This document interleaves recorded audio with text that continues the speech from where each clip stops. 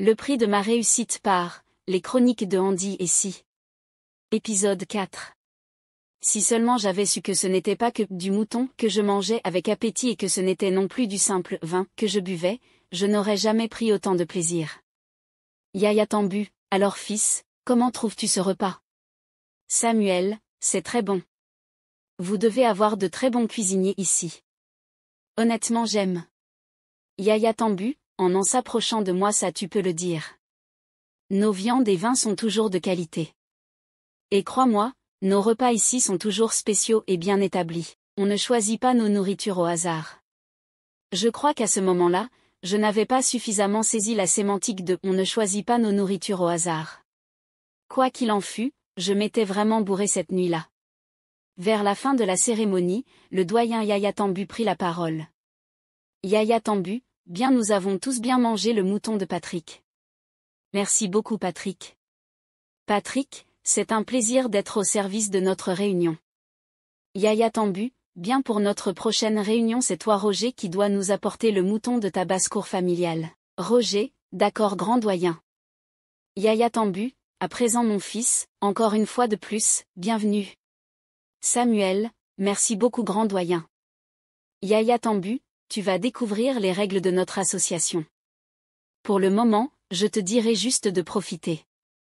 Oui car ici notre slogan est élévation pour tous. Avec nous, ta vie va changer. Ici on aide les hommes comme toi.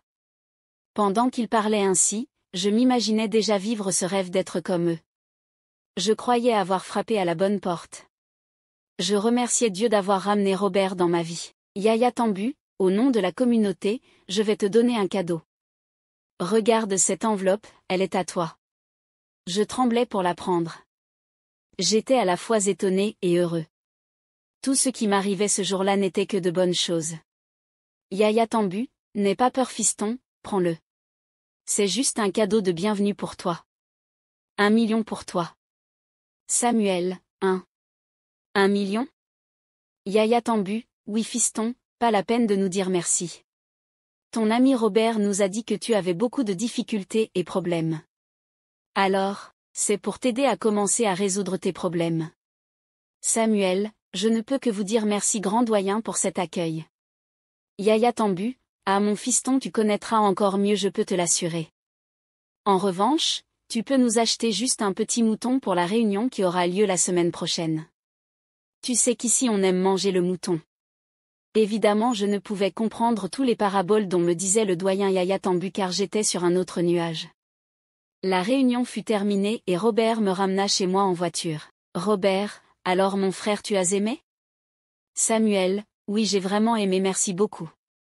Robert, tu n'as pas à remercier le mangeur de moutons.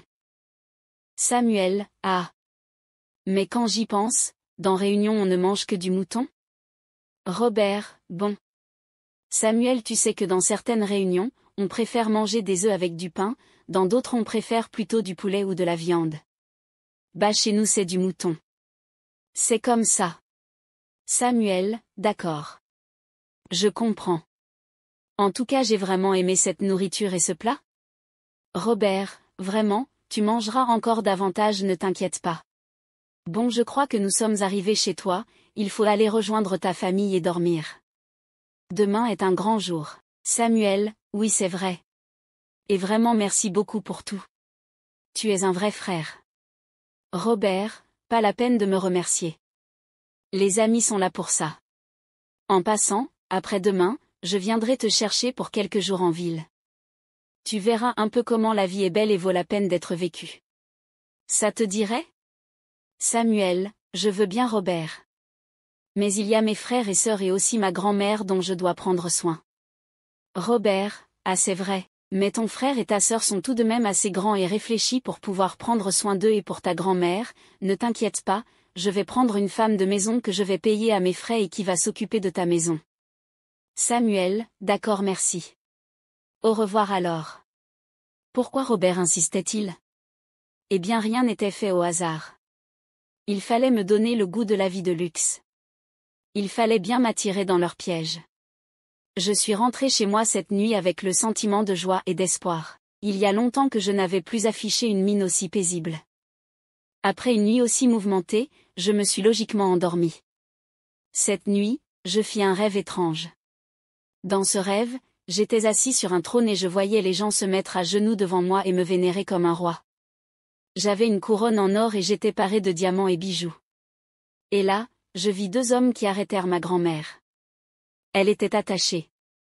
Je ne sais pas pourquoi, mais je n'avais dit aucun mot pour la sauver. Au contraire, devant mes yeux, sa tête a été tranchée et décapitée et on me remplit de son sang une coupe qu'on m'apporta à boire.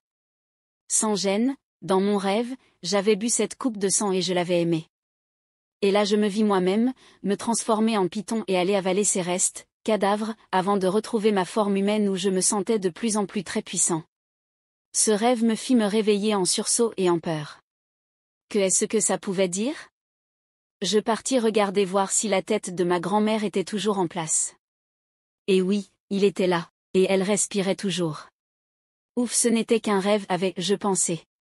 Mais ce rêve m'avait fait peur, je ne pouvais plus trouver le sommeil.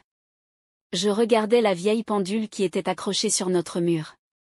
Elle indiquait 5h15. Je décidai alors d'apprêter mes cadets pour la rentrée scolaire.